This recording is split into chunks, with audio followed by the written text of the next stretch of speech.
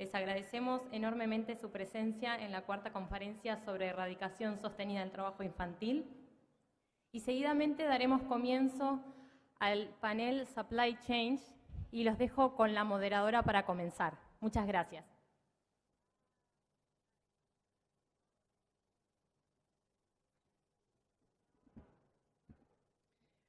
Bienvenidos, good afternoon, dear ladies and gentlemen. My name is Beata Andres, I'm from the ILO, and I will be the moderator of this panel called Supply Chains, Getting on Top of Complexity. I think we all recognize that supply chains are an engine of development. They are providing technology transfer. They also link to higher levels of production, but they also face decent work deficits. So the challenge of this panel tonight, this afternoon, is to unpack the complexity of supply chains.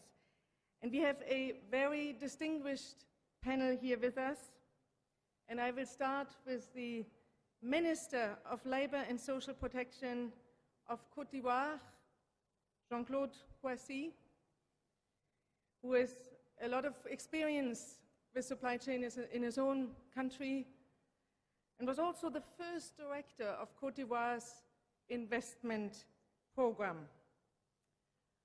I also have the honor to welcome Mrs. Annette Kramme. She is the Parliamentary State Secretary to the Federal Minister of Labor and Social Affairs of Germany. Mrs. Kramme is a lawyer and politician, and we are very honored to have you here with your vast experience on this panel. Welcome. I would also like to welcome Mr. Corel Goutor, the Director of Labor and Mobility of the Director General of Employment of the European Commission. Mr. Corel was involved in the preparation and implementation of the EU's social agenda. And again, your experience, I think, will add an important aspect to this discussion. We also have here with us a very distinguished trade unionist, Ruan Subasinghe, also a lawyer of the International Transport Workers Federation. Ruan is an advocate also at international organizations like the ILO and the OECD. Our next speaker then is Andrew Forrest, the founder of the Walk Free Foundation and the former chief executive of Fortescue Metals, one of the biggest mining companies of Australia. And he is now fully dedicated to the fight against modern slavery. We have Marcela Manubens, the Global Vice President for Social Impact of Unilever, very much involved in women's empowerment issues as well, and we are very honored to have you here with us. And we have Timothy Ryan of the Solidarity Center, a global NGO and network, a great expert on supply chains, and he also manages Asia programs of the Solidarity Center. And we have Didier Bergeret, the Director of Sustainability of the Consumer Goods Forum, and very passionate about partnerships. A very distinguished panel, and without much ado, I want to go into the debate. I would like to all point you to the conference application. If you have a mobile phone, you can ask questions to our panelists through the conference application. You have to go to our panel, and at the end you will see the speakers. At the end you can post your question in English, French, or Spanish. So please join the debate on your conference application and post your questions. Now let us start the first round of our debate. And we would like to start with a discussion on collaboration and partnerships with regards to supply chains. And Monsieur le Ministre, I will start with you. Could you please tell us more about the experience of Côte d'Ivoire in working with a wide range of stakeholders to address child labor in cocoa growing communities? How have these private-public partnerships helped to address and to eliminate child labor? Minister, the floor is yours.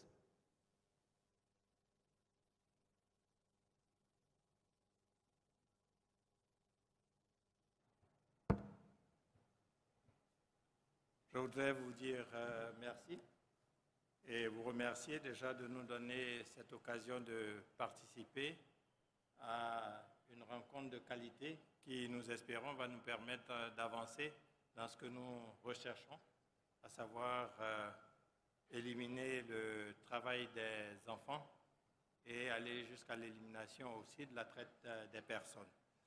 Concernant la question que vous avez posée tout à l'heure, au niveau du gouvernement de Côte d'Ivoire, nous avons le souci de travailler avec tous les partenaires et particulièrement ceux du secteur privé. Avec les partenaires du secteur privé, nous avons engagé un certain nombre d'éléments dont le suivi du travail des enfants sur toute la chaîne. Et à ce niveau, nous avons fait des progrès puisque nous avons un observatoire qui nous permet de faire ce suivi. Et cet observatoire qui avait commencé dans quelques régions est en train de s'étendre au niveau de jusqu'au village, jusqu'à des villages en Côte d'Ivoire. En dehors de cela, nous avons aussi un programme qui porte sur l'éducation. Au niveau de l'éducation, les partenaires privés nous aident à construire des écoles, à remettre à niveau certaines écoles et nous aident également à faire un meilleur suivi du travail des enfants pour arriver à l'élimination.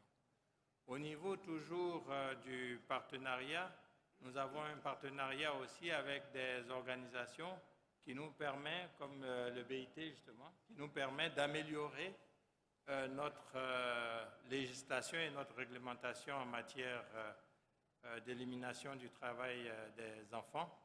Et à ce niveau-là, je puis dire que, par exemple, aujourd'hui, nous avons une législation, une réglementation qui nous permettent de faire la part des choses entre le travail dissocialisant qui permet aux enfants de marquer un intérêt pour certains types de travaux et les pires formes de travail des enfants qui doivent être éliminées, d'abord parce qu'ils empêchent les enfants d'aller à l'école et ensuite parce qu'ils compromettent ainsi leur avenir. Nous sommes donc dans cette dynamique-là avec le secteur privé et ce que nous envisageons dans cette dynamique-là, c'est déjà, au lieu de rester au niveau du cycle primaire, d'aller dans le préscolaire. Parce que si vous voulez, lorsqu'on apprécie le travail des enfants, on peut vous dire un enfant qui est au champ travaille.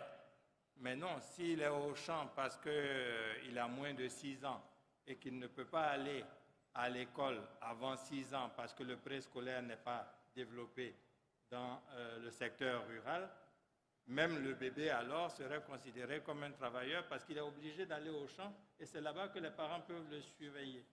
Donc ce sont des choses que nous regardons ensemble. Nous souhaiterions que le privé s'intéresse davantage au développement du préscolaire parce que lorsque nous aurons des crèches et un préscolaire qui prend la toute petite enfance, c'est-à-dire la toute petite section, la moyenne section avant d'arriver à la grande section, on sait que l'enfant est pris en charge à tous ces niveaux-là.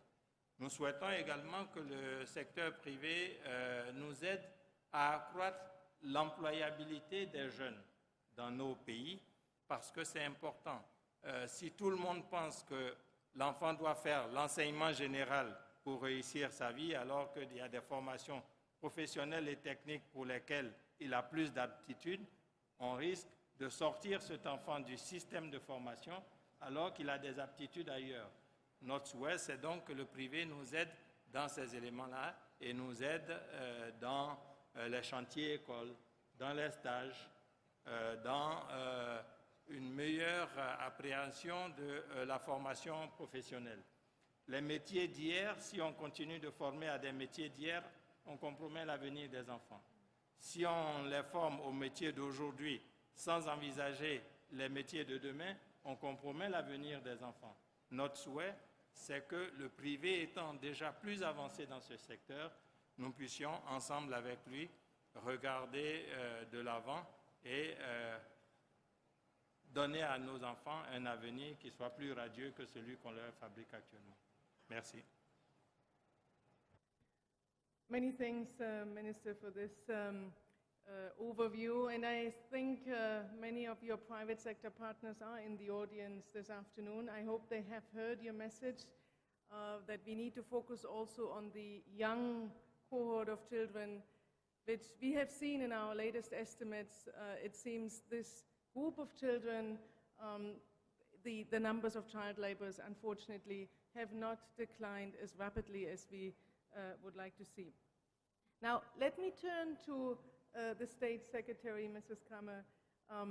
Under German presidency, the G7 and G20 leaders adopted a declaration with very substantive elements on supply chains. Could you tell us more about the importance of those declarations and the opportunities they bring to the fight against child labor and forced labor? Please.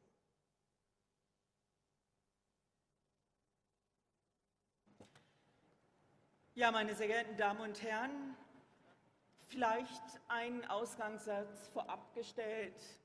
Kinderarbeit ist leider immer noch ein Gräuel dieser Welt, dieser Gesellschaften, und insbesondere die Industriestaaten müssen ihr ein erhebliches Mehr an Arbeit leisten als in der Vergangenheit. Aber lassen Sie mich berichten über einerseits den G7 und den G20. Vielleicht zunächst einmal zum G7. Ich denke, wir haben hier einen wichtigen Fortschritt erreicht. Und zwar sind im Rahmen dieses G7s folgende Dinge festgehalten worden. Zunächst einmal sind bessere Arbeitsbedingungen in Lieferketten als ein Handlungsschwerpunkt festgehalten worden. Das ist wichtig. Etwas Zweites ist, und ich denke, das ist relativ neu, G7 ruft die Privatwirtschaft auf, ihren Sorgfaltspflichten innerhalb der Unternehmen nachzukommen auf dem Gebiet der Menschenrechte. Und ein dritter Punkt ist, G7 unterstützt nachdrücklich die UN-Leitprinzipien für Wirtschaft und Menschenrechte und begrüßt deren Umsetzung durch substanzielle nationale Aktionspläne. Aber im Rahmen von G7 sind nicht nur diese abstrakten Dinge festgehalten worden, sondern man hat auch über konkrete Dinge geredet. Action for Fair Products. Und eine der Umsetzungen ist der sogenannte Vision Zero Fonds zur Verbesserung des Arbeitsschutzes, der letztlich durch die ILO umgesetzt wird. Vielleicht ein Prinzip dieses Vision Zero Funds: eine Förderung ist nur möglich, wenn es klare Verpflichtungen der Regierung einerseits gibt und der Sozialpartner andererseits über Maßnahmen. Und ein erstes Initiatorprojekt ist in Myanmar durchgeführt worden. Wir sind in Äthiopien dabei. Eine zweite Geschichte. Lassen Sie mich weiter zum G20 kommen. Leider haben wir dort noch nicht den Konkretisierungsgrad, den wir haben wollen. Trotzdem glauben wir, dass auch dort Fortschritte erzielt wurden. G20 sagt Folgendes: Nachhaltige Lieferketten sind eine Herausforderung. Wie gesagt, es bedarf der Konkretisierung. Wir als deutsches Arbeitsministerium wollen deshalb weiter an dieser Konkretisierung arbeiten. Das heißt einerseits, dass es zur Erfüllung der nationalen Aktionspläne kommt, dass diese Selbstverpflichtungen auch durchgesetzt werden, dass es eine Unterstützung des Vision Zero Funds gibt, dass das Thema der existenzsicheren Löhne aufgegriffen wird, dass es Beschwerdemöglichkeiten der Arbeit- und Arbeitnehmerinnen gibt und aber auch Unterstützung der Unternehmen bei der Erstellung nachhaltiger Lieferketten. Ich denke, das sind die wichtigsten Dinge, die von G7 und G20 zu berichten sind. Many thanks, Mrs. Kramer. This was, I think, very encouraging to hear, very important for all of us in this room today. Let me now turn to Andrew. We have heard quite a lot about the role of business. Andrew, can you tell us how a business leader like yourself came invested on these issues? What is motivating you? And what did you do in your company to address child labor and forced labor? Okay, thank you, Beate. Ladies and gentlemen, I have only a very personal story to share with you, and I'm sure all of us know that hearing is involuntary, and what you hear is at the command of someone else, and that's really how my journey started.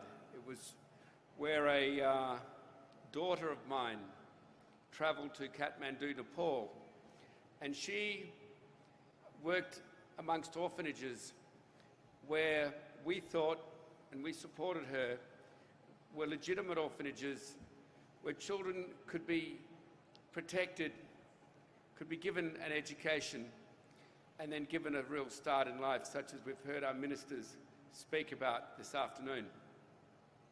Unfortunately, on closer analysis, these orphanages acted as sweeper systems for little children to be trafficked from Nepal, where they had a skin colour which was attractive to the pedophile markets in the Middle East. And they were trafficked through India, and complicit in this was, of course, airlines, bus links, organisations who are all businesses. And we found that profoundly shocking. And we travelled back to Nepal to visit an orphanage where there was a legitimate attempt, where children who'd been rescued from slavery had often found their way back from countries where they were treated despicably, but were prepared to give the human race another chance. And this was a large orphanage in Nepal, and I was being fortunate enough to be taken around this orphanage, and we started with the most confident and older children first. And as we went down through the ranks, not necessarily the age, but we came to the dormitories where children had found their way back to Kathmandu and had been kindly brought by some blessed soul to this one legitimate orphanage. And these children ranked in ages from between 6 and 12. So you can imagine how young they were when they were trafficked out of Kathmandu through India. And there's one little girl there, ladies and gentlemen, who at the end of this long row of beds, there were beds on either side of this long corridor style of a room, and beds on the other side. And some of the children seemed content, scribbling in their little books or playing with small toys. Others were very quiet. But there was a little girl down the end of the room who just rocked from side to side and whimpered gently.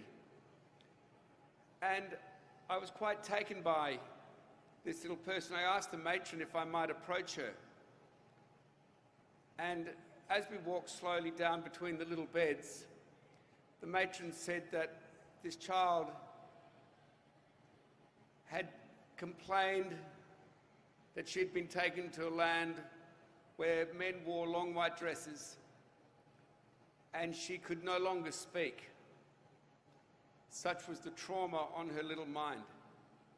And I approached her like any father would, with care and kindness on my face.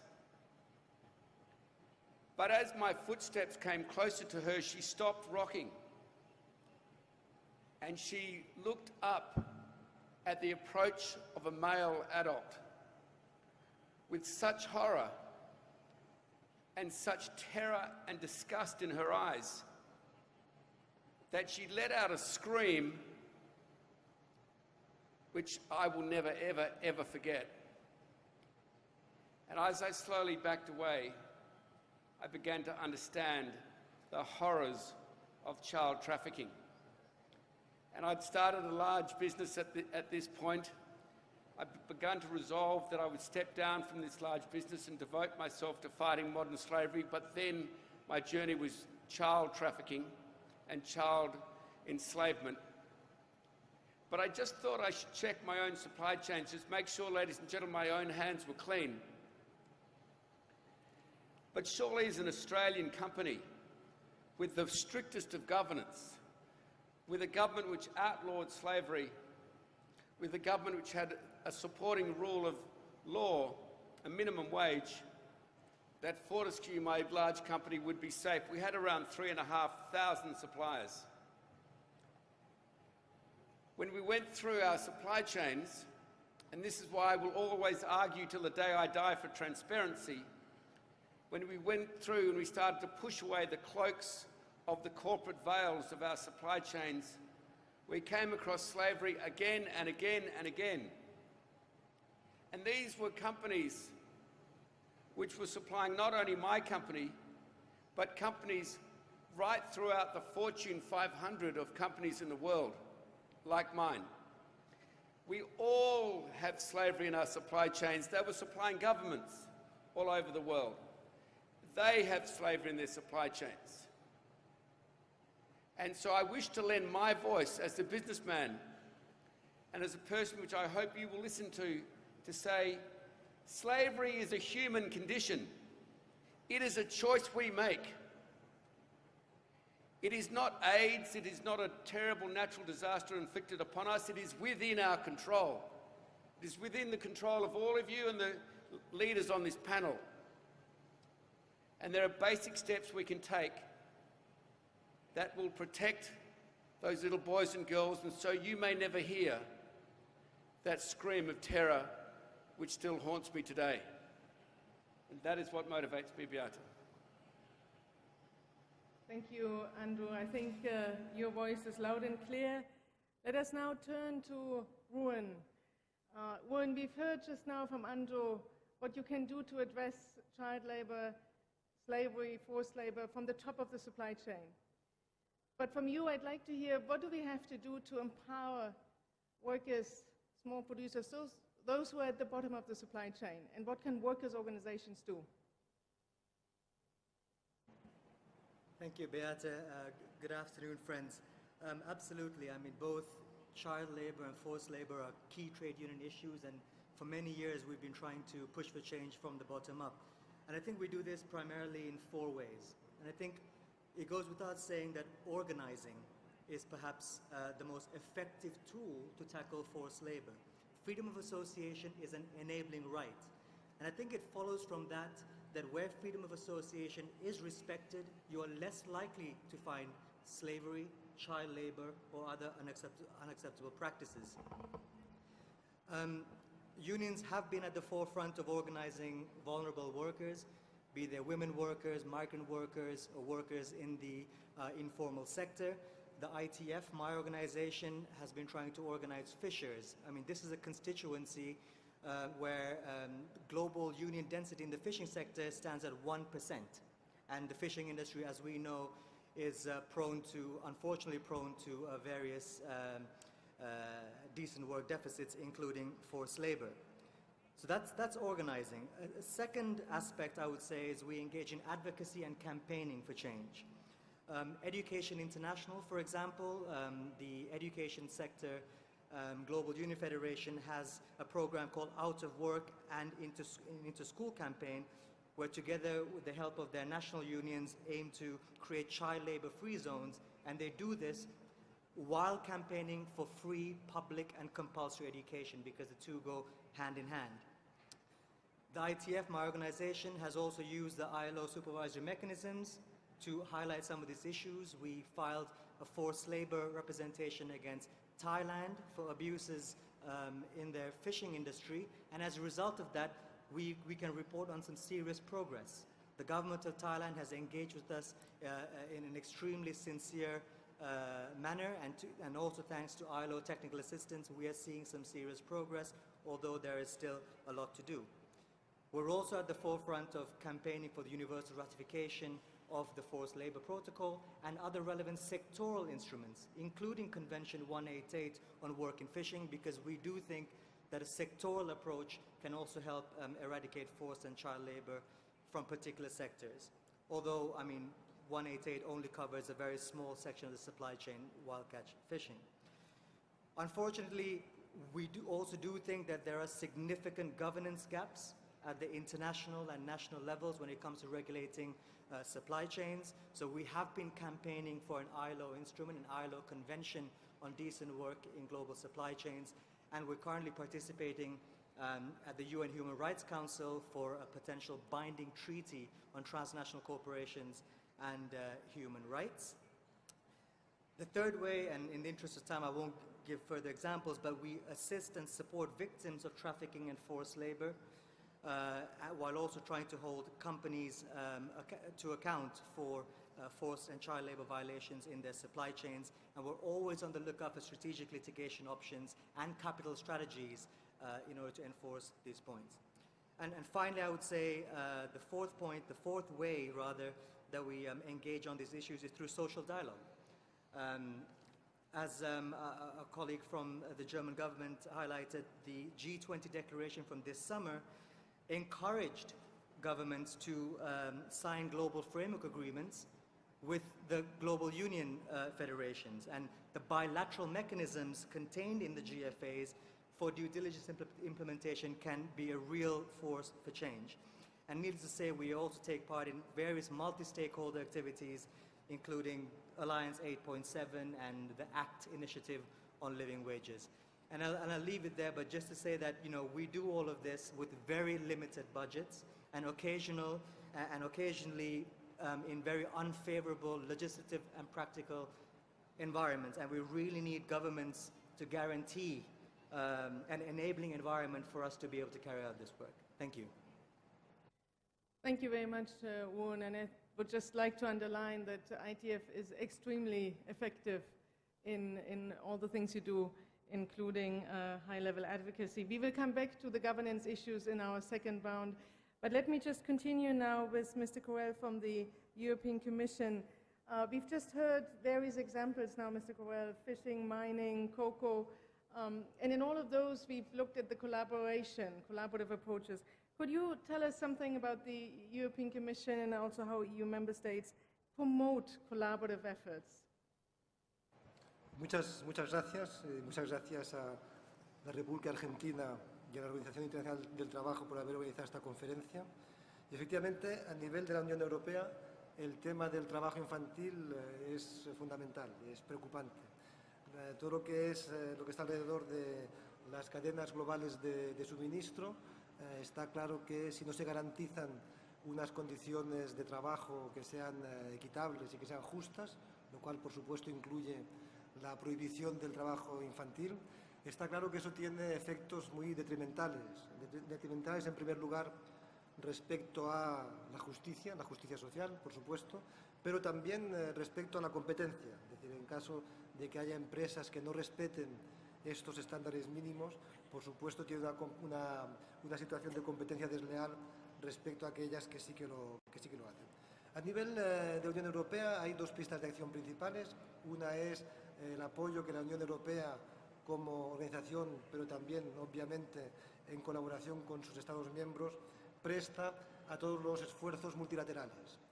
Y cuando hablamos de multilateralidad en este ámbito de las cadenas globales de suministro, nos referimos, por supuesto, a la OIT, que tiene un papel fundamental, ya sea durante las conferencias internacionales del trabajo, como la del 2016, donde se adoptaron las conclusiones sobre trabajo decente en estas cadenas de suministro, y donde yo creo que la Unión Europea, como organización y junto a sus Estados miembros, tuvo un papel importante. También me debería referir a la ministra alemana, Annette Kramp, ya lo ha hecho, a la presidencia del G20 de Alemania, donde efectivamente uno de los bloques de las conclusiones fue el de las cadenas globales de suministro, y donde, como participante en las discusiones que tuvieron lugar, tengo que decir que no fueron fáciles. La ministra nos decía que a Alemania le habría gustado ir más lejos, a nosotros también nos habría gustado ir más lejos, pero hubo un momento en que parecía que iríamos mucho menos lejos. O sea que yo creo que efectivamente este esfuerzo multilateral es importante. El segundo ámbito en el que la Unión Europea es activa es en el ámbito de la política comercial.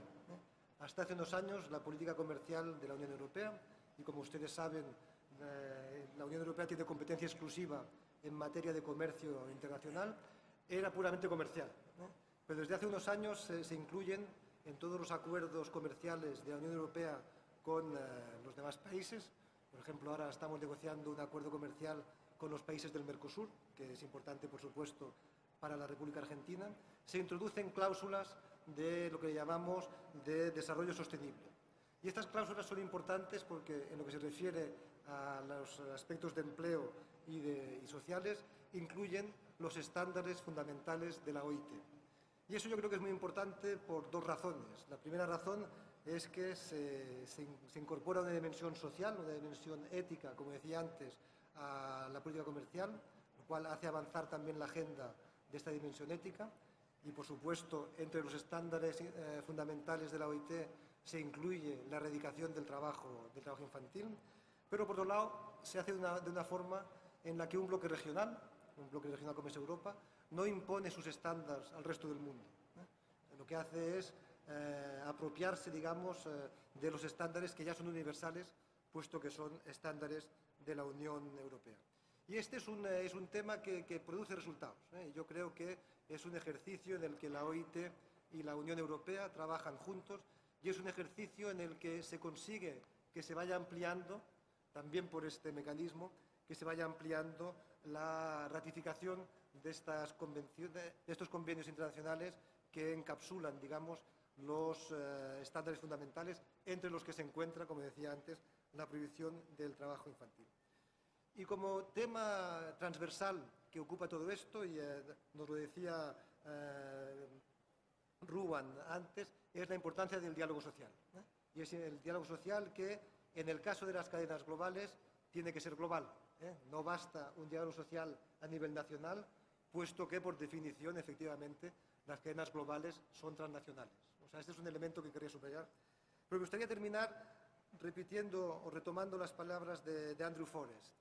La impresión que yo tengo es que la sociedad acepta las prácticas injustas cuando no las ve. Y si aceptamos hoy que siga existiendo el trabajo infantil, el trabajo de esclavitud, al que se refería Andrew Forrest, es porque estamos aquí sentados y no los vemos. Y yo creo que eventos como este, conferencias internacionales como estas, son fundamentales para darle visibilidad a esta lacra, a este fenómeno, y estoy convencido que si aumentamos la visibilidad de esta desgracia para el mundo, la sociedad no se quedará indiferente y podremos luchar con más eficacia para combatir el trabajo infantil. Muchas gracias. Gracias. Thank you very much. Thank you, and we will continue discussing the importance of partnerships in the European Union in the afternoon as one of the side events. But thank you also for highlighting the importance of social dialogue. I think that needs to be said here in this particular panel. Now, let me turn to Marcella from Unilever. Marcella, the SDGs set ambitious targets. We've heard it this morning. Unilever is known for setting ambitious targets, so I will ask you an ambitious question. We all know that child labor and forced labor often occur deep down in the supply chain, and that's where often women work, or girls. So can you tell us more about how Unilever is addressing this challenge? How to address child labor and forced labor deep down in the supply chain? Thank you, Beata. Buenos días, buenas tardes. Es un placer para mí estar en Argentina, en el país que nos está hospedando y donde nací y crecí. It is for me also a privilege to be together in this room with all of you. If we are in this room, it's because we care and because we are advancing these issues. So how do we do it from a perspective of responsible business? It's just not one issue, it's a journey on how do we work on this. So first and foremost, we believe that human rights and the respect and promotion of human rights is the foundation of our business, is how we want to do business. So we have invested in really articulate our strategy as part of the business that we do. 2014, we expanded and we clearly addressed not only our strategy, but specific goals and targets on how we wanted to address human rights. So we created within our strategy, fairness in the workplace is all about the respect and promotion of human rights, the reference to women's rights, women's opportunities, addressing what we call the tripod of women's empowerment, the rights, the skills to succeed, and the opportunities. And addressing the third pillar, that is inclusive business models. As it was addressed and referred early on today, these issues are forced labor, child labor, are intimately linked to issues of poverty and abuse. So when we look into the execution, the implementation of this strategy, certainly we have a program in terms, like many of the companies do, in articulated clear codes, clear policies, anchored in all the international conventions, the Universal Declaration, the USLP, the SDGs. But it's really in the execution and how we work on these issues, particularly the issue of collaboration. When we look into partnership, private-public partnerships, we work really together with what we call critical partners, where we hear a different point of view, where we hear a different model, and we come together to address it. And the issue that Beata asked me also to address is from the perspective of women's issues. I mean, when you go down the supply chain, certainly women and girls are at the core of many of the abuses. We look into what is happening nowadays with political, economic, social, environmental issues. There is this borderless workforce that Andrew was referring to that allow abusers, to take, vulnerable individuals and traffic them into the supply chain. So, but women are particularly, and little girls and girls are particularly vulnerable. Some years ago, we, learning from the conditions in Africa, not only we task ourselves to address the problems, but most significantly to say, let us create a program on safety for women and girls and really address those issues, but from a systemic point of view. It's not just about the conditions or providing, certainly education is critical, but providing programs that keep the girls safe. What happened after school, what the parents are working or the mothers are working in the facility, what is the conscientization that we need to work together with the government, the police force, the hospitals, everybody to really work together to prevent these abuses. So that program was, the focus also of review and of UN Women, and we are working together with them, not only to do it in the countries where we did, but now expand it and bring it to other parts of the world, like what we are doing in India and expanding in Africa. But we also work with other critical partners like Oxfam.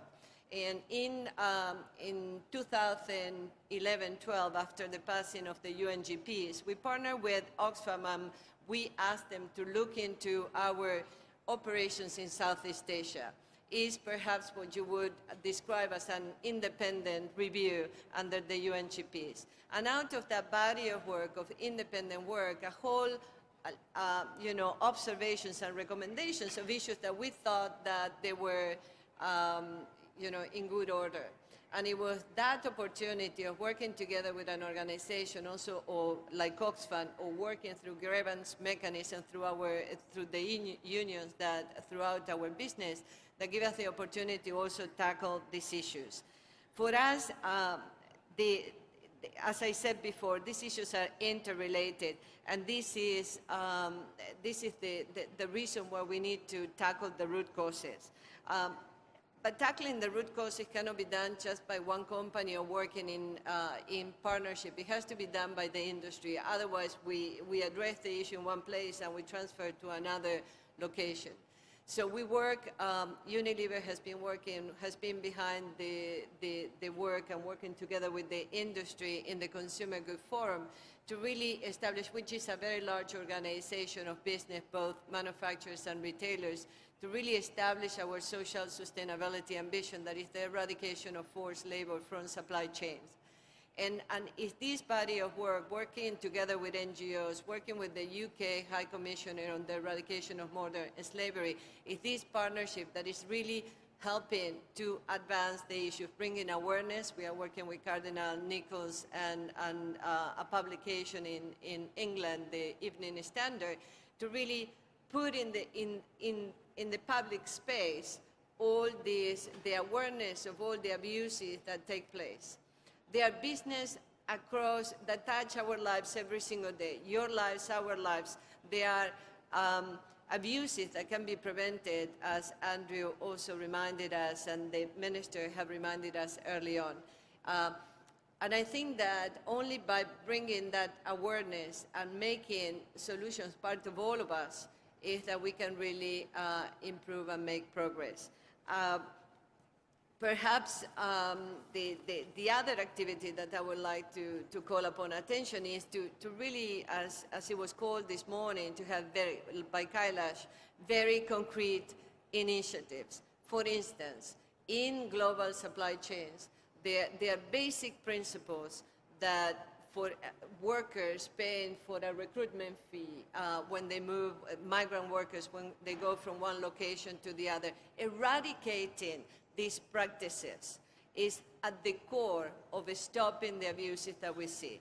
Migrant labor is something that is good and necessary, but just in good conditions, and making sure that we work together with governments who send, workers overseas, the recipient government, working with civil society, grievance mechanisms, and business in those communities is the only way that we believe that we can get this done. And that's how we are working, Beata. I mean, we take every single opportunity to really address these principles and promote them and make them part of the business as usual.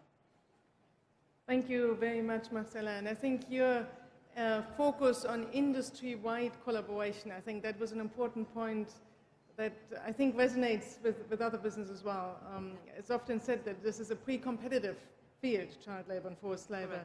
And it should certainly not give any business a competitive advantage. So thank you for highlighting this, and also for pointing out that when we talk about supply chains, we also have to look at labor supply chains, the recruitment practices, where are the workers coming from, how they are recruited. Thank you very much. Now let us turn to civil society. Tim, the Solidarity Center has a lot of experience in coalition building. You've also worked very closely with trade unions. Can you give us an example of such coalition building and what it teaches us? Certainly, and thank you very much for the opportunity to be on the panel and to be part of the program today. I also want to say that one example of two that I'll give briefly is that I am the Asia Director for the Solidarity Center in Washington, the international organization of the trade union movement of the United States, but I also am here representing the Global March Against Child Labor along with other board members of that organization, a membership organization and network created by Kailash Satyarthi that explicitly contains both NGOs and trade unions in its operation and on its board. So there are good examples out there of the ways in which trade unions and NGOs can work together. I wanted to offer one example actually that touches on the industry that Ruan had just mentioned, an example of a practical, on-the-ground experience of addressing both trafficking and child labor in the seafood and fishing industries in Thailand. And this is an example that goes both to a practical level but also to a broader policy and practice level, and is an example where you have to use all of the different tools and the different resources that both trade unions and NGOs have at their disposal, working together in order to really have an impact. So what I'd like to describe here is in 2008 was the first research that the Solidarity Center published a report on the labor violations in the shrimp and seafood industry in Bangladesh and Thailand. And subsequently, a real focus and a spotlight was put on that industry and the supply chain, which is clearly much more difficult and much more complex to get at than, say, a garment factory in a country manufacturing for a major brand where inspections are done all the time and it's a fixed physical plant, you know, with a fixed workforce that you can address.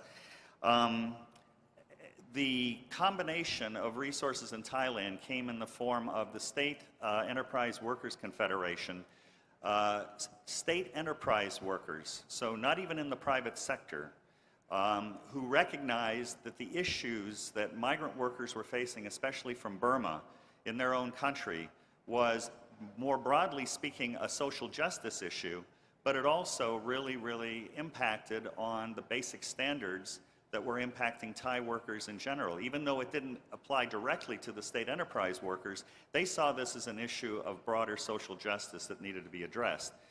At that time, a new organization of Burmese migrant workers was formed, the Migrant Worker Rights Network, and under Thai law, which is incredibly restrictive and incredibly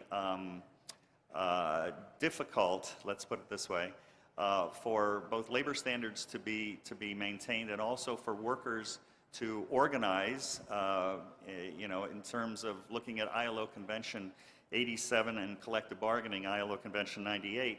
Even within that difficult environment, with the assistance of the Thai trade union movement, the Burmese migrant workers were able to start organizing within an association structure and have over 5,000 members today that are basically advocating for their members' interests within Thailand, now also with the government in Burma and Myanmar, but also provide legal assistance and legal remedies for their members, which as a function of sort of direct pressure on companies began to move companies into a stance or a situation where they were willing to negotiate and address some of these labor issues as opposed to taking having to go a legal route.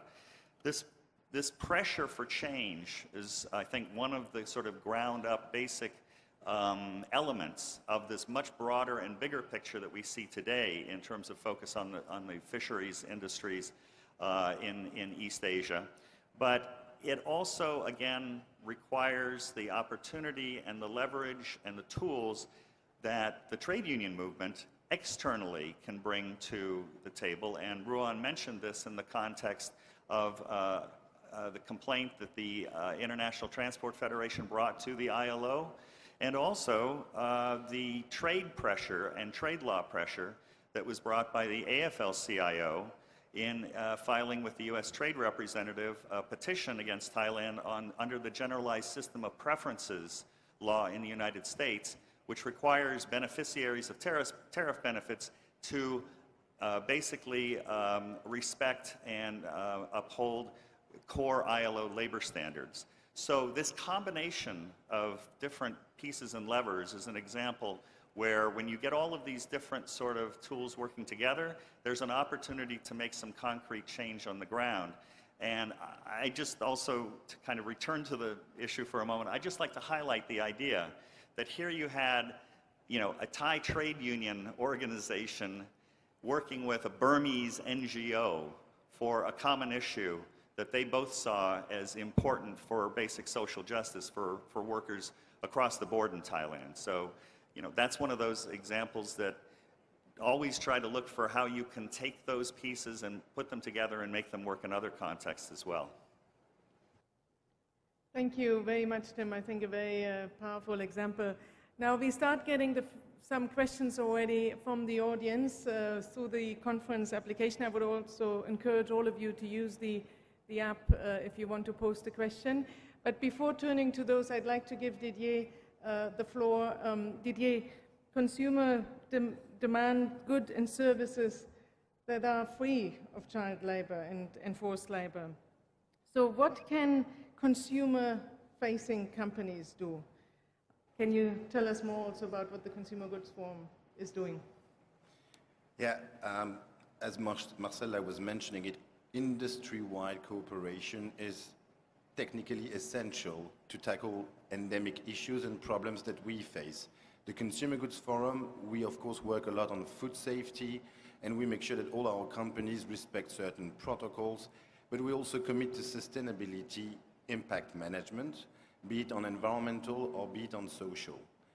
One element of the Consumer Goods Forum is that we are a CEO-led organization, a very big organization of 400 members with 56 CEOs from Unilever, Walmart, Coca-Cola, Nestle, and other companies, just paving the way for our industry to adopt best practices and make sure that we drive positive change. There is a lot of discussion about the future of work, but our CEOs really do believe that it's absolutely not credible to speak about the future of work as long as we have unacceptable practices from the past still happening in our supply chains. And yet, the reality is that despite all the efforts we do, we still have more slaves than ever, according to the recent figures of the ILO and the Work Free Foundation. So there is something we do wrong. So in terms of assuming our responsibility, our CEOs have been passing a couple of months ago the first industry resolution against forced labor, the first industry resolution against forced labor. And believe it or not, we're still, I think, the only industry to have publicly said and committed to fight together to eradicate forced labor. Yet the reality as well is that it's nice to say such thing, but what exactly do you do? What exactly do you tackle? And how can you collectively make a difference? And this is where this industry-wide cooperation between retailers and manufacturers really help in highlighting what are the key problems and making them understandable by consumers. Because consumers still believe that forced labor is an issue of the past, but don't realize that today, as Marcella was mentioning, many people still pay to get their job. And that's unacceptable. They get indebted for 2 years, but recruitment fees are one concrete expression of forced labor today. Passport retention is still also happening everywhere, where despite all the audits we do, we can not only by ourselves change those cultures, those practices that are anchored in mindsets and that translate forced labor into endemic issues of our contemporary world. So what we did as well, apart from compiling all the best practices that you can find here from 17 of our members, we tried to synthesize what we want to do and what we want to achieve, notably to support SDG 8.7 and make sure that we, of course, uphold all the relevant ILO core conventions. And in this case, our approach has been less to be consumer-facing, but more worker-facing. Because you have to realize as well that many workers today don't even know that they are trapped in situations of forced labor. And whenever we go and audit our factories or our productions, our agricultural sites, it's difficult to identify who's in a situation of forced labor or not, because the issues are, as said, endemic. So we came up with 3 principles, 3 priority principles, obviously all derived from the UN Guiding Principles on Business and Human Rights, but certainly from the ILO Core Conventions on Decent Work. And they are very simple, but we hope they can contribute to driving positive change worldwide. The first and foremost is every worker should have freedom of movement. Second is that no worker should pay for a job. And the third is that no worker should be indebted or coerced to work. It's actually making the ILO core conventions worker-friendly, because they probably don't read your conventions. Most people here know them, but workers on the ground, they don't know what's the situation and if they are trapped in a situation of forced labor. So what we are trying to do as consumer-facing industry is really to get a synthetic version of everything that we want to have achieved by 2025 or 2030, making sure that those three principles are effectively integrated in the DNA of our companies when it comes to managing our own operations and our very numerous workers, but certainly as well to guarantee that the impact we have on supply chains is about the implementation of those principles to really put an end to these unacceptable practices that really will taint in a very bad way the future of work as long as we have not solved them. Thank you very much, Didier, and also thank you for highlighting the integration of core labor standards. Child labor and forced labor, they're often linked to discrimination, to the lack of freedom of association, collective bargaining, and other human rights violations. So thank you for pointing this out. Now let me turn to the questions, and the first question I'd like to pick here is something I'd like to start with Andrew and Marcella, maybe. What practical actions can governments take to help business fight against child labor? So let us start with you, Andrew, and then Marcella, if that's all right. What practical actions can governments take? What would you like to see them take? Okay, thank you. Governments can show leadership. Business will not front-run governments. It is a very good way to get yourself out of business if you get in front of government policy.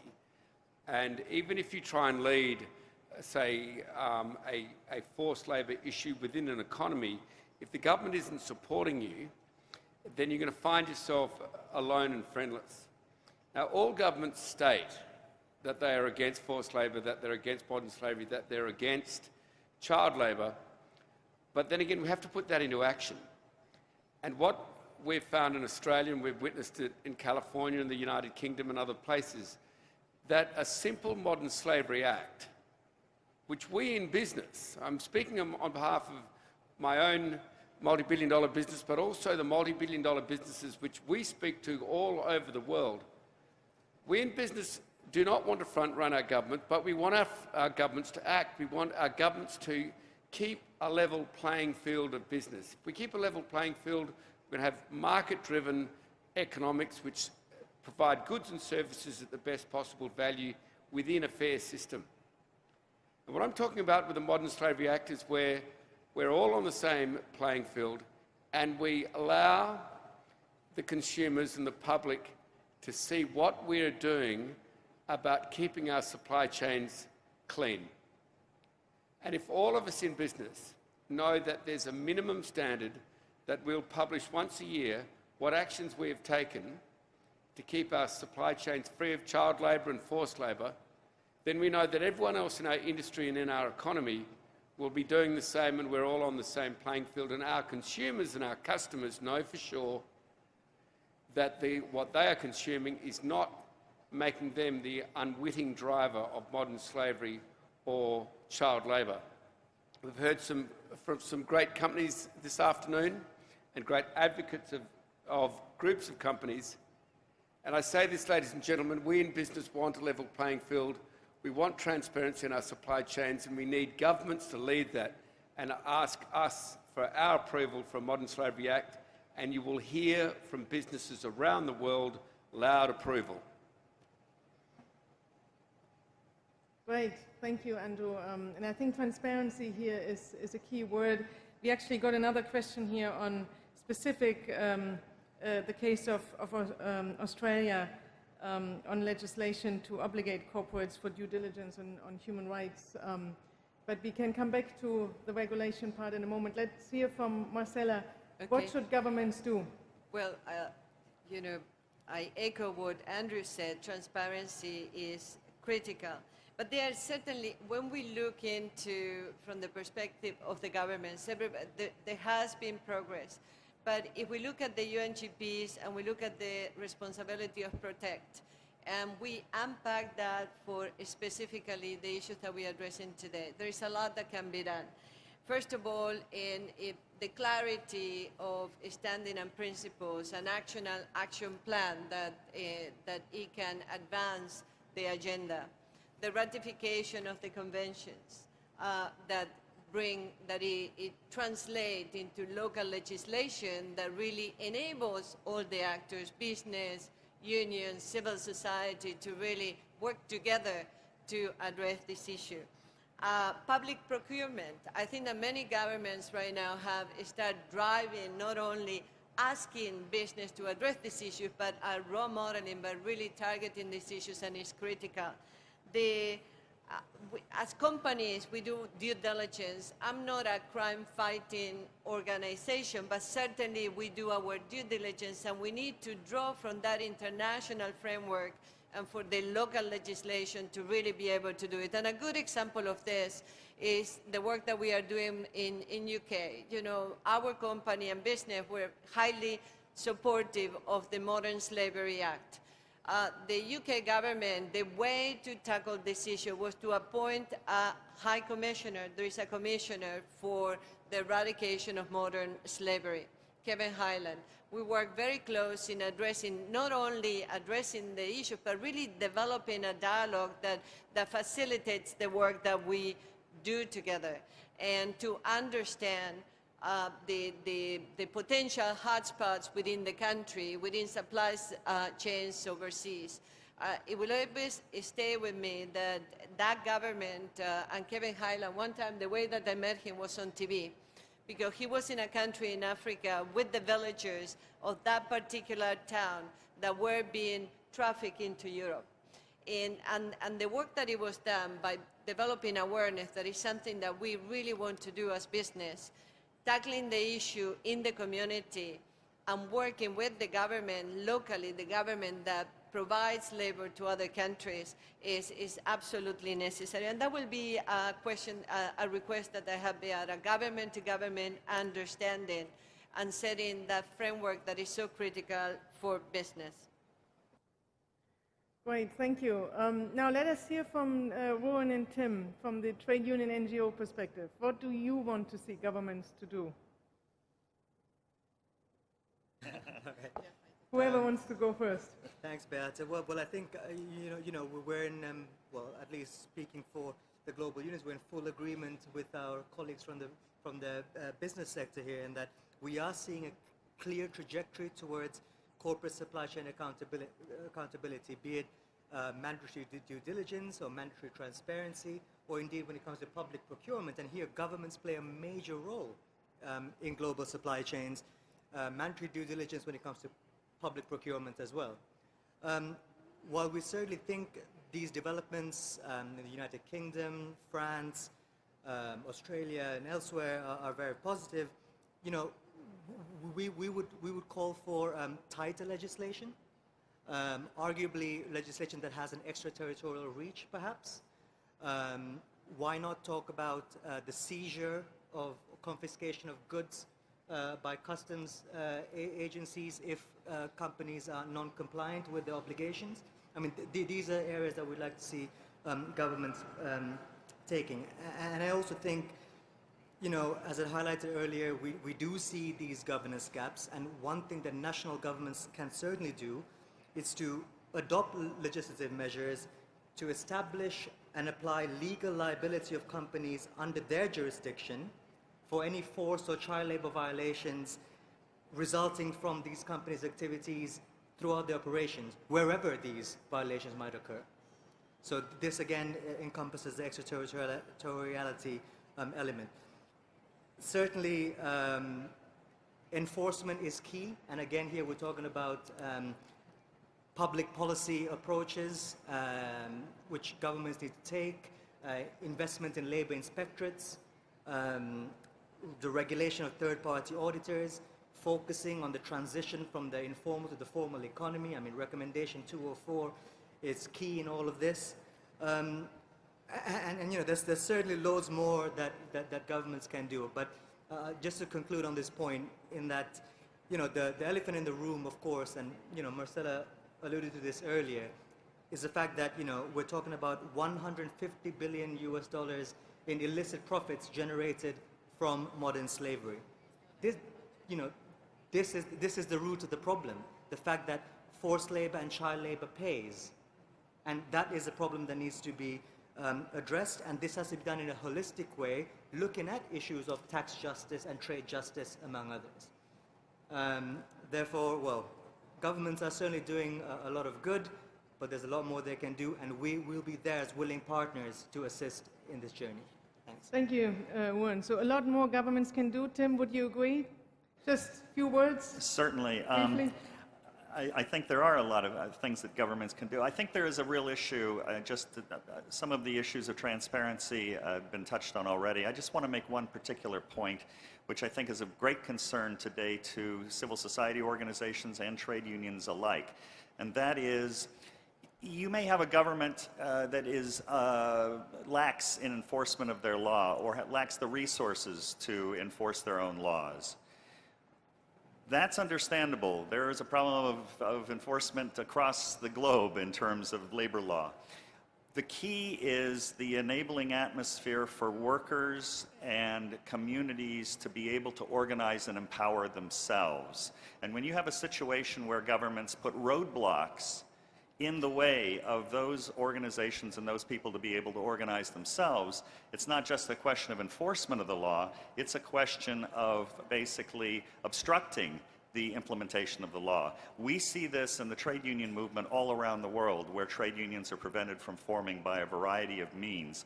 And more broadly speaking, I think it's no surprise to people in this room as we look at, in general, around the world and in many different countries, many different regions, and for maybe different local reasons, a real constriction and closing of civil society. To the extent that those voices are being muted and they're being constrained, this is going to actually, and it will have a real impact on the ability of the most vulnerable of communities and workers to be able to organize themselves. So this is a key thing that governments need to be aware of in terms of, if they're serious about tackling these issues of the most vulnerable, closing space for civil society organizations to be able to help empower those workers is a real issue. Thank you. So I think we heard a number of really important proposals. So let us now turn back to governments again. And peut-être I'll start with you, Monsieur Ministre, from Cote d'Ivoire, because I think in Cote d'Ivoire you've taken some very interesting legislative initiatives, but also when you look at the cocoa supply chain in particular, there's this challenge of intermediaries, small, medium-sized companies. How do you get them through regulatory measures?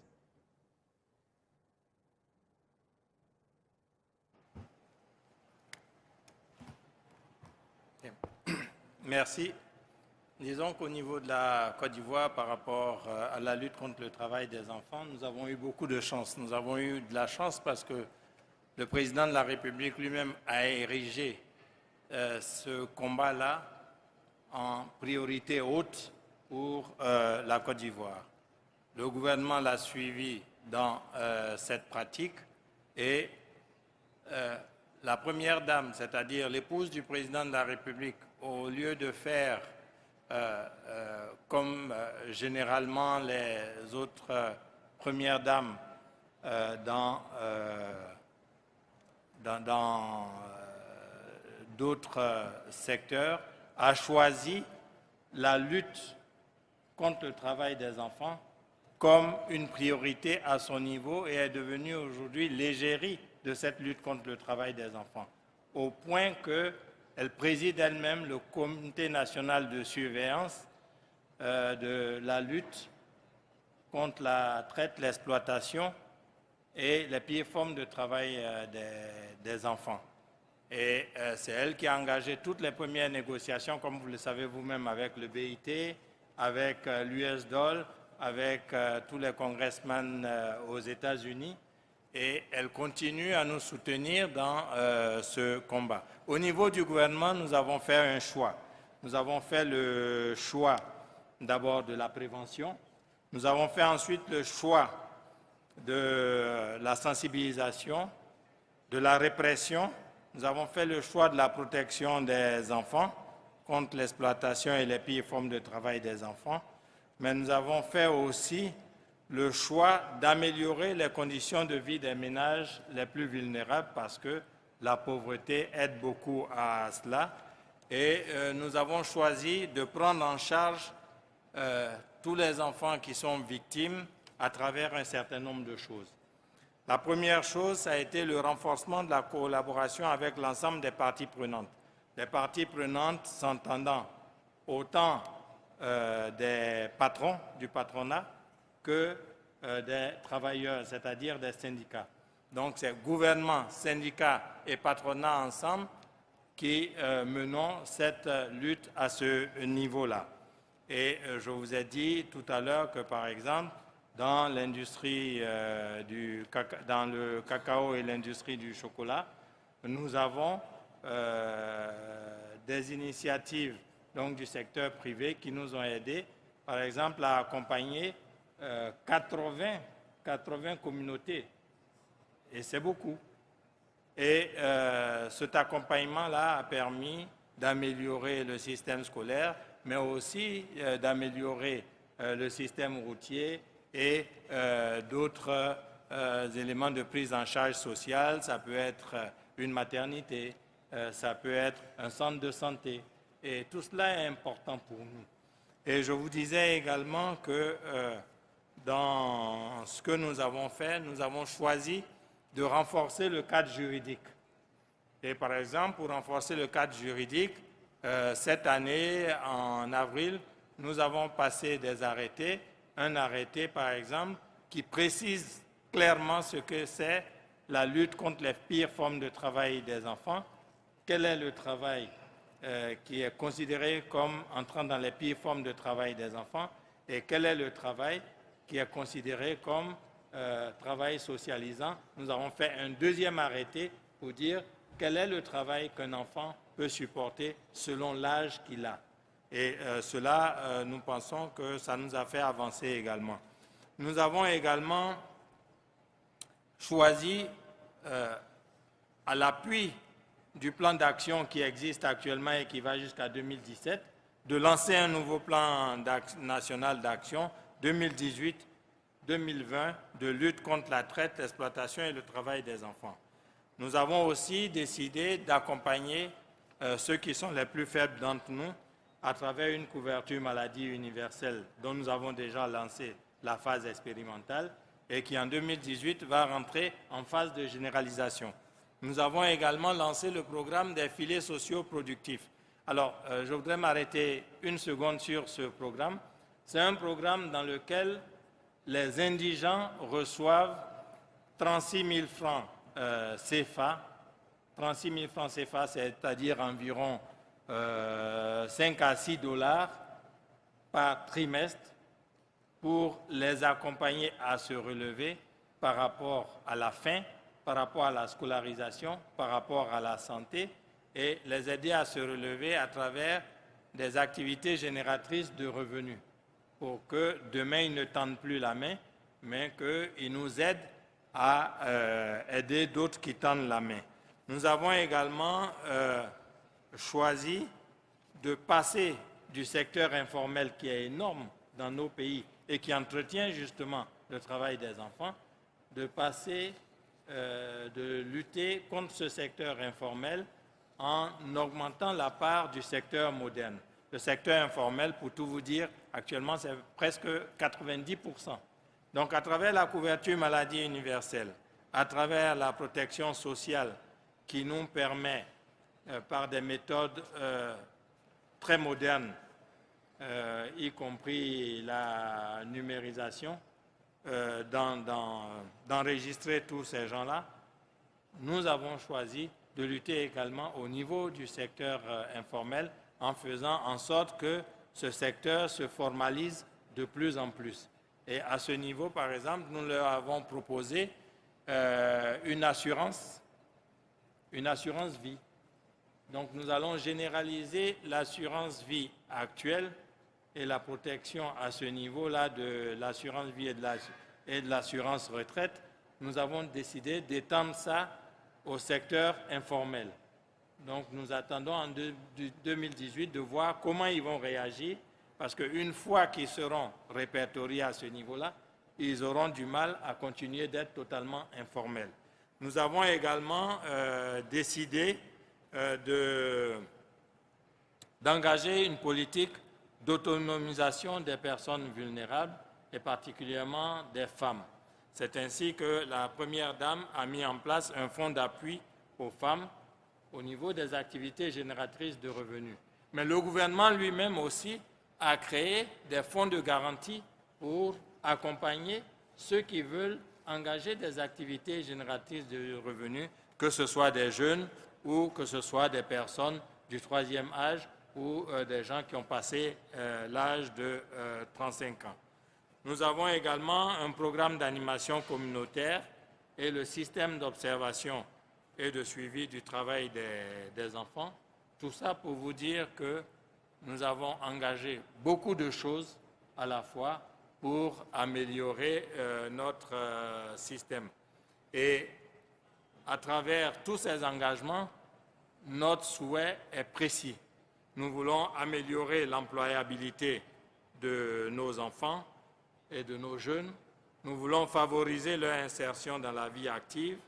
Nous voulons, à travers ça également, promouvoir plus de solidarité, de cohésion sociale et promouvoir le vivre ensemble. Et nous avons également choisi de faciliter la mise en œuvre de toutes les initiatives visant à mieux protéger les enfants et à leur donner un avenir qui soit meilleur. Nous avons choisi aussi, à travers ça, en faisant en sorte que les indigents, les femmes et les enfants, qui sont nombreux, participent à l'économie. Nous voulons réussir à travers ça le défi de l'émergence de notre pays et le défi également d'un développement durable pour notre pays. Voilà un peu, si vous voulez, ce que nous avons déjà engagé et que nous continuons d'engager avec les partenaires, qu'ils soient au plan national ou qu'ils soient au plan sous-régional, régional et même au plan international, comme vous l'avez constaté avec vous-même, avec l'OMS, avec l'UNICEF, etc. Merci beaucoup. Thank you very much, Minister. And I think this presentation gives us a good idea of the wide scope of government action. It's not just legislation or enforcement, it's actually also prevention. And your emphasis on women's empowerment, I think that's really important to highlight, because we've seen in our research that children are less at risk of child labor if their mothers are economically active and empowered. So that's very encouraging. You'd like to please. Merci beaucoup. Et excusez-moi, je n'ai pas parlé tout à l'heure de l'éducation parce que j'en avais déjà un peu parlé et je ne veux pas me répéter. Mais ça fait partie de nos éléments pour relever nos enfants et leur donner un avenir. Merci beaucoup. Bien entendu. Thank you very much. Let's continue with governments. Mrs. Kammer, can we hear more about Germany? What are you doing in particular to encourage compliance of companies domiciled in Germany and the action plan that you have adopted?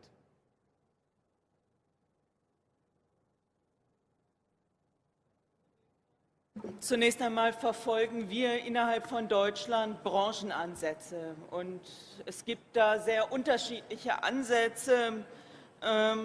Beispielsweise gibt es eine Initiative aus dem Bereich der Privatwirtschaft, dem Bereich der Chemie.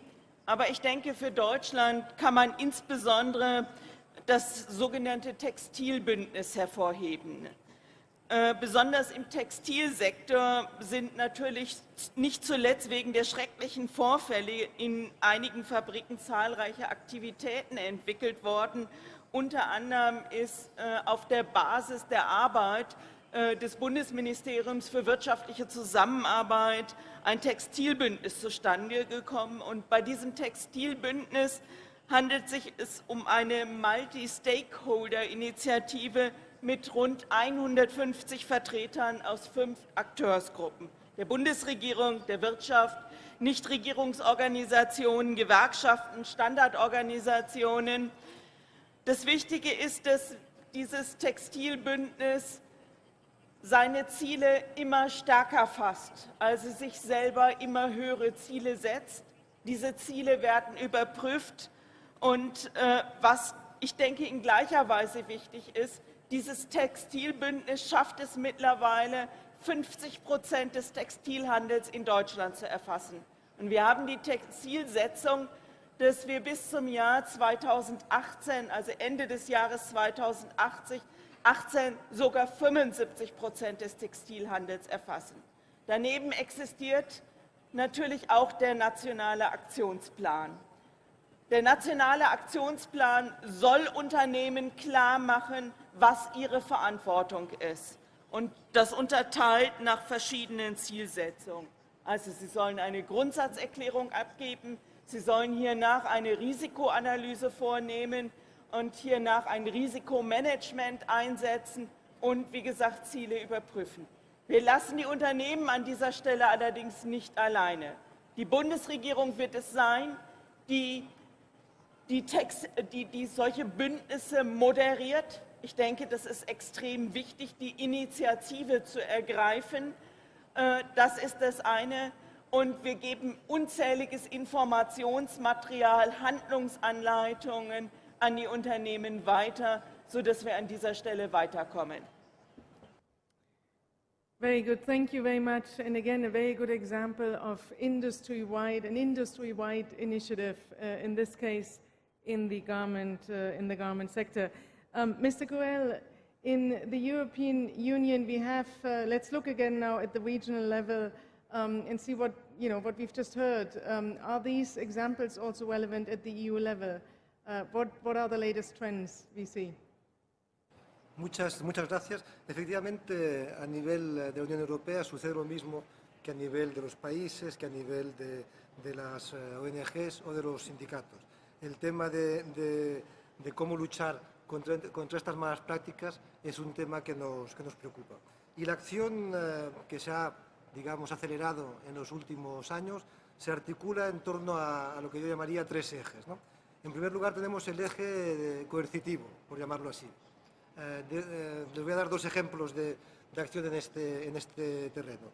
El primero es el reglamento europeo de lo que llamamos los minerales en conflicto. Sabemos todos que hay una serie de materias primas, de minerales, que vienen de países que están en conflicto. Se han hecho películas al respecto, como esta película que se llama Diamantes de Sangre, y lo que hace la Unión Europea es prohibir la importación de un número determinado de estos minerales siempre que vengan de países que están en conflicto, lo cual da la presunción de que efectivamente no se respetan las normas internacionales de trabajo y en concreto no se respeta la prohibición de trabajo infantil. Y este es un reglamento que es relativamente nuevo, pero que se adoptó en mayo de este año y esperamos que tenga impacto cuando empiece a aplicarse.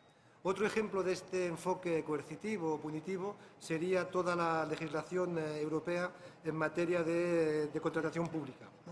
Desde hace unos años, desde hace 3 años, para ser más concretos, hay reglamentación a nivel europeo que impone que todas las compañías que participan en concursos públicos, a los efectos de contratación pública, respeten las normas internacionales del trabajo, y respeten concretamente los estándares fundamentales. O sea, este sería el primer eje de actuación. El segundo, que es importante, es el de la transparencia. Y aquí vuelvo a lo que decía Andrew Forrest antes de la visibilidad del problema. Y lo que la Unión Europea ha hecho es adoptar una serie de directivas, en concreto una del 2014, donde se determinan cuáles son las informaciones no financieras sobre las que deben informar las grandes compañías. Y esto incluye, hay por supuesto obligaciones de reporting financiero que son comúnmente aceptadas en todo el mundo, pero aquí hablamos de información no financiera. Y entre otras cosas, lo que tienen que hacer estas empresas que a partir de una talla determinada es informar, entre otros elementos, sobre su política de responsabilidad social y, muy importante, cómo tratan a sus empleados. Y gracias a esa información se puede saber efectivamente si las grandes compañías europeas respetan o no respetan, una vez más, las normas internacionales del trabajo.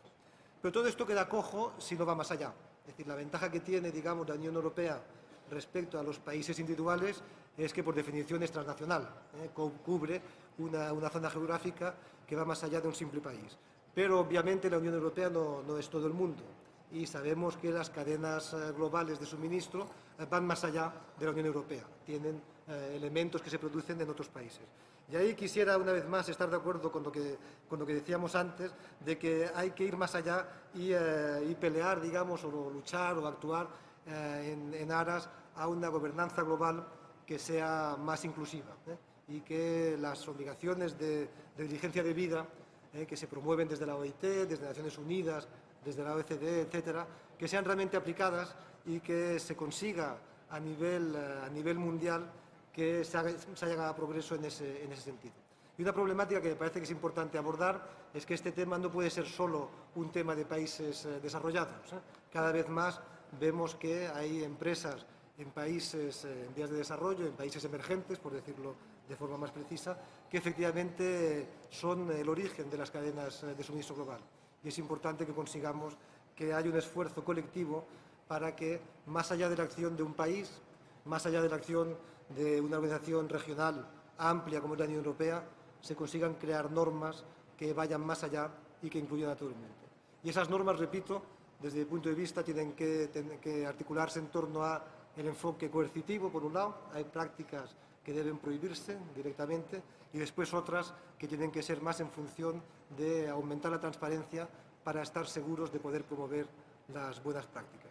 Y esta es un poco la acción que hace la Unión Europea en este ámbito, y repito que es una acción muy reciente y que todavía no podemos medir los resultados. Perdemos esperanzas de que estos resultados estén ahí dentro de 2 o 3 años, cuando la legislación se haya aplicado durante un cierto tiempo. Muchas gracias. Very good. Thank you very much. And really, thank you also for highlighting that this is not the responsibility of one government alone, but really it needs collaboration across countries. We've got a very interesting question here from the audience, coming back to the issue of transparency and reporting. So the question is, companies that take those reporting obligations seriously, they inevitably, of course, will report higher rates, or are likely to report higher incidents of child labor and maybe also forced labor. So are we doing enough to encourage companies to and reward corporate transparency on this issue? I think, Andrew, you at some point said, how can we celebrate that companies actually report on these issues and don't go into hiding? Yeah, look, I can once again give you personal evidence. Where we discovered very major forced labour slavery in our own supply chains, the profits were being made by unscrupulous middlemen who were basically a net withdrawal from the economy, sucking the lifeblood out of the economy, and creating this distortion, which is absolute flagrant transgression of human rights. When we got rid of those practices completely within our own supply chains, the cost of our products did not increase at all. The quality might have increased slightly, but you could not have picked the cost. The cost was just as competitive. We just had ethical labour practices. And it comes down to something my colleague said: workers should never have to pay for their own jobs. You know, we all use recruitment agencies and we identify great workers, and we as employees pay them. It's only when workers start to get savagely exploited do they start paying for their own jobs with so-called very high interest loans. And this happens by the hundreds of thousands, ladies and gentlemen, indeed by the millions all over the developing world. And we formed an organisation of businesses, 34 businesses, and we became part of an organisation known as the Bali Process. Now, the Bali Process really does need mention here, because it's why we should all have hope, why we should realise that modern-day slavery and child labour is standing on the edge of its own extinction. But we need, ladies and gentlemen, we need to give it that push. And the Bali Process, an intergovernmental organisation by the Australian and Indonesian governments, pulled together 45 countries, in fact invited 45, 43 came. It was a bit hard to get North Korea to come along. Most of the countries enslaved, they weren't that happy about coming to an anti-slavery conference. And the other 43 economies sent their foreign ministers, sent their very senior ministers with businesses, and we signed an agreement together. Now, this is the biggest economic growth region of the world. It's where 63% of the world's people live, 75% of the world's slaves suffer, all in this massive region. And we collectively got together and we decided these three things. One, as my colleague has said, workers should never pay for their own jobs. We must do that as employees.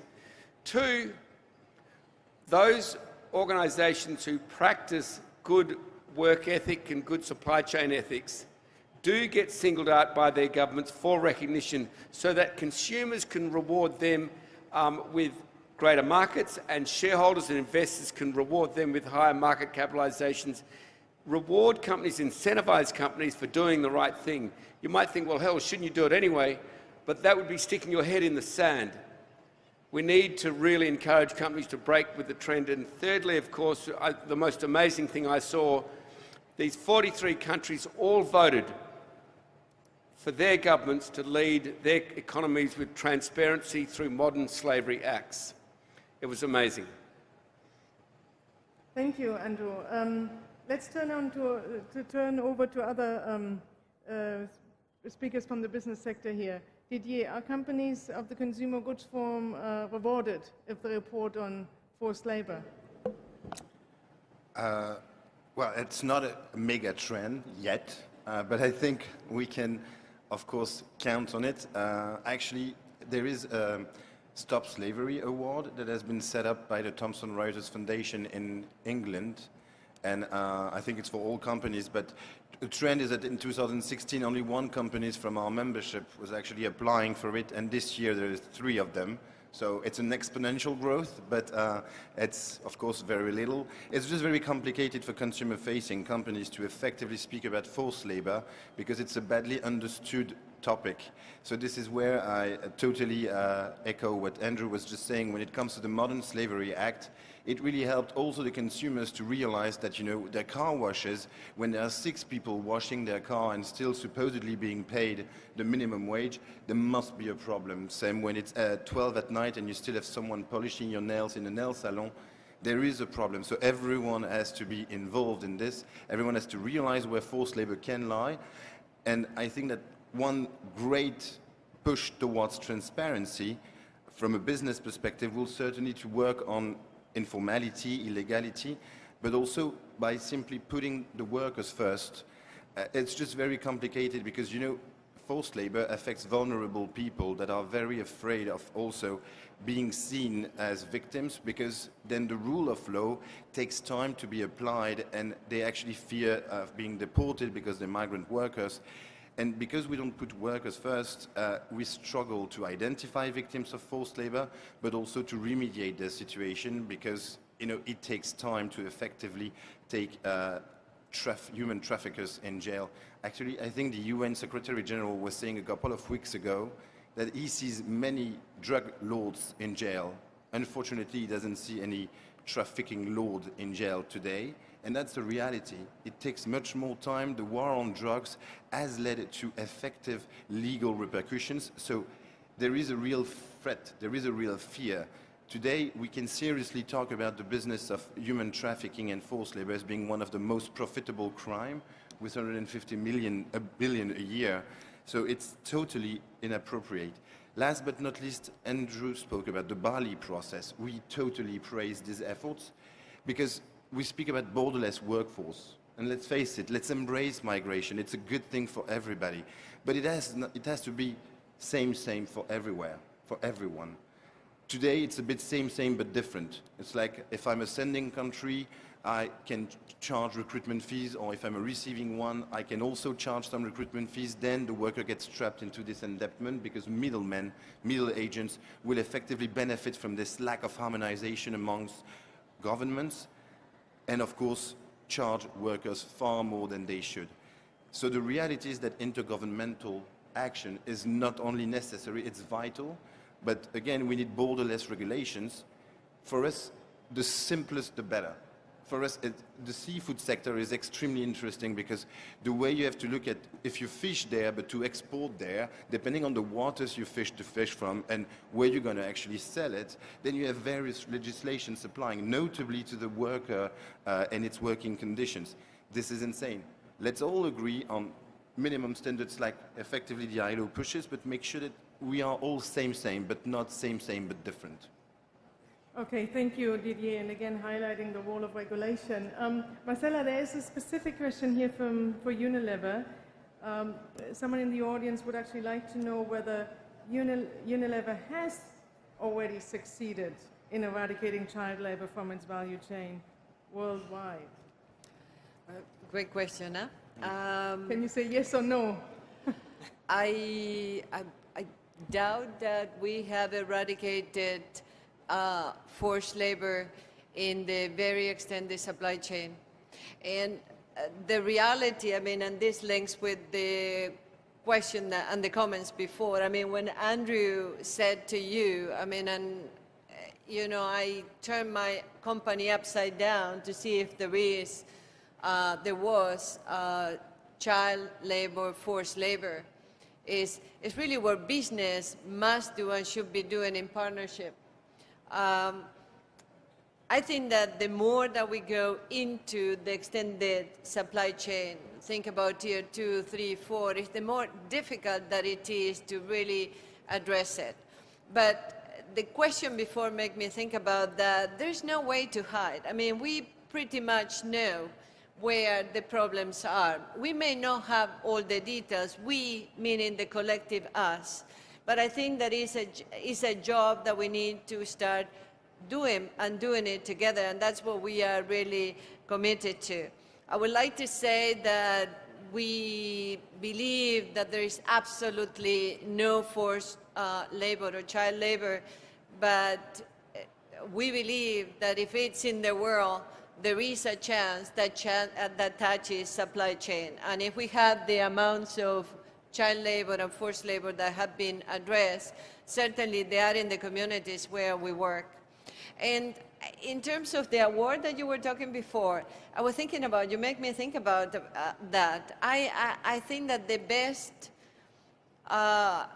award or recognition will be one of trust, not a recognition, a public recognition. And by that I mean that our partners, whether they come from civil society or the union movement or the government, reach out for us, to work with us in tackling issues in specific places where it's endemic in supply chain. So I think that, Beata, that will be the most significant award that we have, one of trust, that they believe that we are going to be doing always the right thing and working to eradicate this. Thank you. Thank you. Marcela, Andrew, you wanted to comment on this? Yeah, look, I do. I think I join all of you in this room when Beate prompted the question, is it yes or no? I was very interested in that answer, because if Unilever had answered yes, we have taken slavery out of our supply chains, child labour out of our supply chains, we all have a really serious problem. The presidents of countries and the presidents of companies who deny they have slavery are the best friend of the slavers and the greatest enemy of the vulnerable and the weak and the poorly represented around the world. It is those companies who deny they have a problem, those countries who deny they have slavery. You have all got slavery in your countries. Those countries and companies who deny it are those countries and companies who propagate it. So thank you for answering so honestly. Thank you. So we have 11 minutes left, ladies and gentlemen, and I would like to give all the panelists a chance for a final statement. And perhaps you can, in your statements, pick up one more question that we got, actually two more questions we got from the audience, particularly related to the informal sector, which is, as we heard also from the Minister of Cote d'Ivoire, Mr. Kwasi, it plays a key role in many countries, and some up to 90% of the people depend on jobs in the informal sector. So if you could also say, perhaps in your final statements, a few words about what companies can do to reach to the, and also trade unions, NGOs and governments to reach to the informal sector, And also I'd like to underline the important point we've made in this panel on the empowerment of workers so that they can claim a fair share of the wealth they have helped to generate. So who would like to take the floor first for a final concluding statement? Shall we start with perhaps our friends from the trade unions and from the Solidarity Center? Tim, please. Certainly.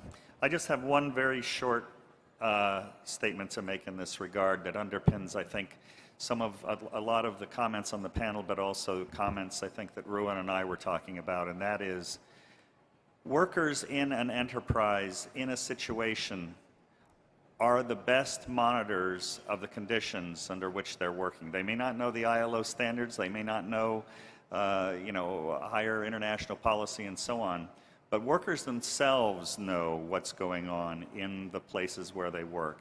And when they're empowered to be able to form their own associations, their own trade unions, that's when they begin to be able to be agents for change, not only in a democratic context, but also in a broader development context, because we're talking about both politics and economics here. Thanks. Ruan, can you take over from this? I mean, it goes without saying that, that I share Tim's sentiments on freedom of association, as I mentioned in my introductory remarks, as being an enabling right, and that to us is absolute foundation of all of this. Just a couple of points. I mean, I suppose I mentioned earlier about necessary legislative reforms at the national and international level, but one thing I did fail to mention is the importance of lifting the barriers to access to remedy for victims of child labor, forced labor, and this is another area where governments can make a real difference. And I'm not only talking about jurisdictional issues, but also issues concerning the lack of legal aid, for example. And the final point I'd make, I mean, because there was a question on transparency as well, is that, while we of course welcome the very progressive legislation coming out of countries like the UK, and indeed in the US in terms of the California Transparency Act, I think what we need to also focus on, and I think other panelists touch on this as well, is that we also need to not only talk about transparency, but how those risks are remedied. And, when we are at a point when under this legislation a company can comply by stating that they have not taken any action, then, that's not the place where we want to be. So we need to improve on that. That said, as I mentioned earlier, I do see a clear trajectory towards corporate supply chain accountability, and we can only build on what we have now. So there's certainly hope. Thank you. Thank you, Ruan, and also for mentioning remedies. So maybe we can hear quickly. Yeah, please, Minister Kwasi, if you would like to make your final statement. Oui, j'ai évoqué le secteur informel qui représente autour de 90% de l'activité de nos pays. Du coup, beaucoup de responsables disent que c'est un mal nécessaire. Mais je crois que c'est un mal qui n'est pas indispensable et qu'il faut l'aborder comme étant quelque chose qui lutte contre le travail décent. C'est quelque chose qui lutte contre la dignité des travailleurs parce que si vous voulez, chez nous, par exemple, par rapport au SMIC, le SMIC en Côte d'Ivoire, c'est 60 000 francs CFA par mois, c'est-à-dire environ 120 dollars par mois. Mais lorsque quelqu'un est dans le secteur informel, il sous-paye son travailleur et les femmes, par exemple, sont encore plus sous-payées que les autres travailleurs, et les jeunes sont également sous-payés par rapport aux autres travailleurs, même s'ils produisent la même quantité de travail. Ce n'est déjà pas juste. Et donc, ce que nous avons choisi de faire, c'est de proposer la couverture maladie universelle dans laquelle, en payant 1000 francs CFA par mois, on peut se soigner. C'est-à-dire en payant un peu moins de 2 dollars par mois, on peut se soigner grâce à la solidarité. Mais en payant cela, on se fait identifier. Et le travailleur qui veut bénéficier donc de la solidarité de la nation est obligé de se faire identifier. En se faisant identifier, il nous aide à réduire la part du secteur informel.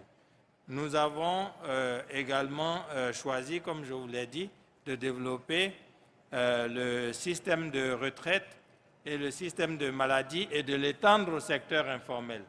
Mais là également, pour rentrer toutes ces données, il faut passer par une numérisation avec prise des empreintes digitales. Avec ça, il est difficile que quelqu'un qui a accepté de bénéficier de la solidarité de la nation, après, devienne informel. Lorsque nous avons travaillé sur la cherté de la vie, nous nous sommes rendus compte que certaines entreprises du secteur informel contribuent également à la cherté de la vie.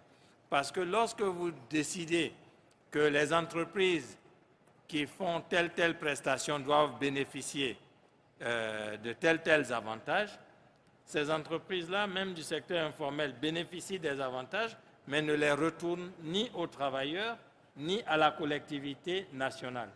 Donc, quelque part, c'est un problème et il ne faut pas s'en accommoder en disant c'est un mal nécessaire. C'est un mal qui peut-être sur l'instant est nécessaire, mais n'est pas indispensable dans la durée parce que si on ne lutte pas contre ça, on entretient une gangrène. Et nous ne voulons pas, en Côte d'Ivoire, et je termine, nous ne voulons pas de l'amitié de la lèpre et du lépreux, dans laquelle c'est toujours la lèpre qui ronge le lépreux. Nous ne voulons pas de l'amitié du cheval et du cavalier, dans lequel c'est toujours le cavalier qui monte le cheval. Il faut un peu plus d'équité, et c'est cette équité-là qui nous donnera plus de paix, un développement plus durable et une économie plus solidaire. Merci. Thank you very much, Minister. Global equity. This was, I think, a very important point. Mrs. Kramer, can we hear also from you on these issues, informality, global fairness, some final reflections?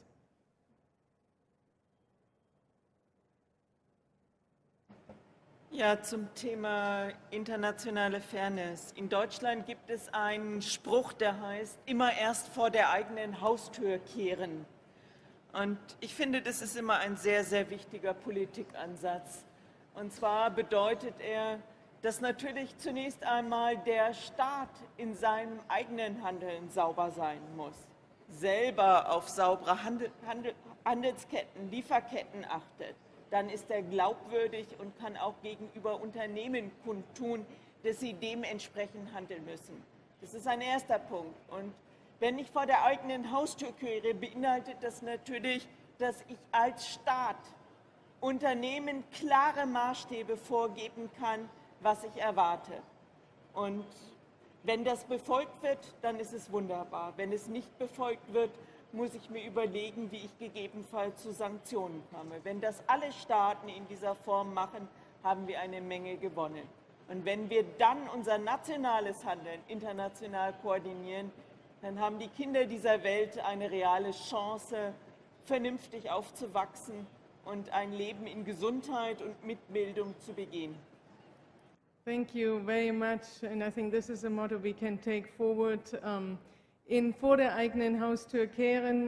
Mr. Correll, some final reflections from an EU perspective. Sí, muy brevemente. Decir que efectivamente el problema del trabajo infantil y concretamente en las cadenas de suministro global no es un problema simple, es un problema polimórfico y requiere la actuación de todos los actores. Es decir, no puede ser un tema que sea resuelto solo por los gobiernos. Hemos visto que el marco es transnacional. No puede ser resuelto solo por organizaciones regionales. Hemos visto que va más allá de una región y sobre todo tiene que implicar a las partes sociales. Es fundamental que los sindicatos, las asociaciones de empresarios, las empresas individuales se empeñen en esta lucha contra el trabajo, contra el trabajo infantil. Y al final volver a decir lo que hemos dicho, yo creo, más de un panelista, es decir, que es un tema que nos afecta a todos como consumidores.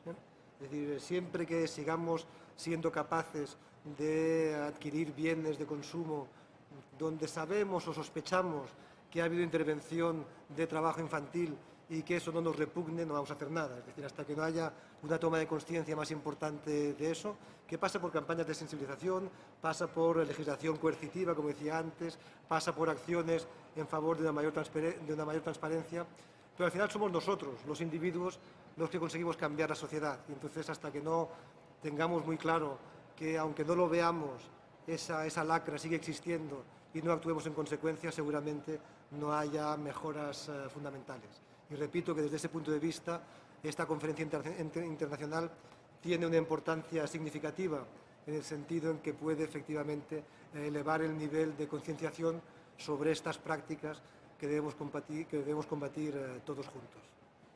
Gracias.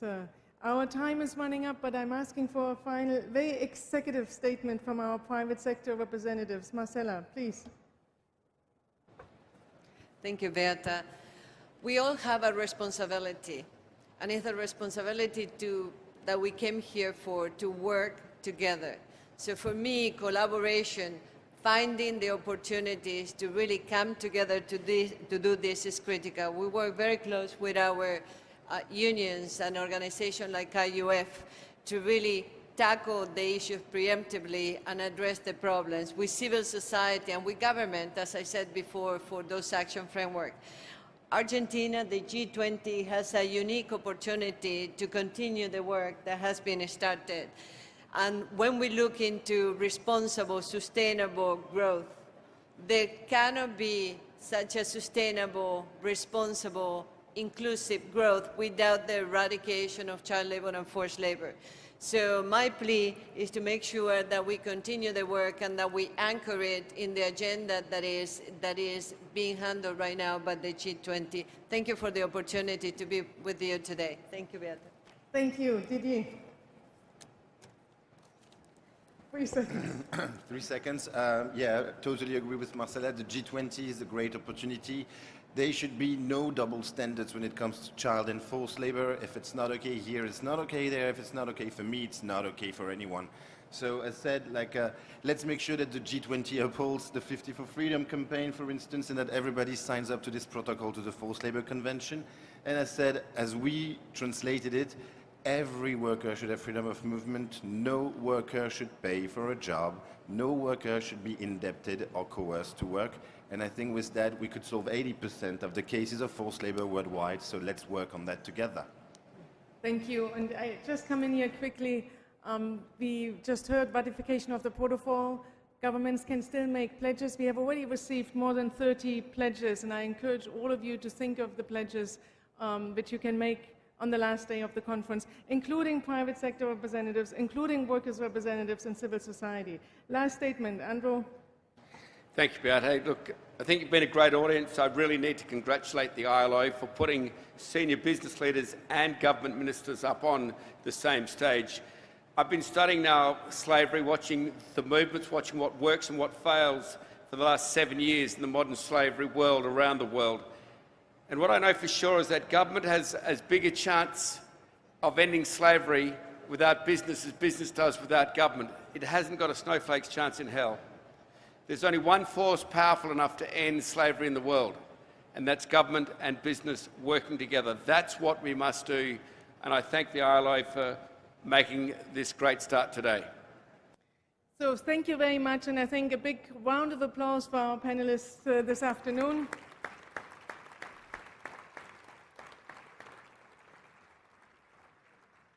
Thank you all for coming. Thank you for engaging in this debate, and please continue this discussion. We will have more events on this issue over the next 3 days. Thank you.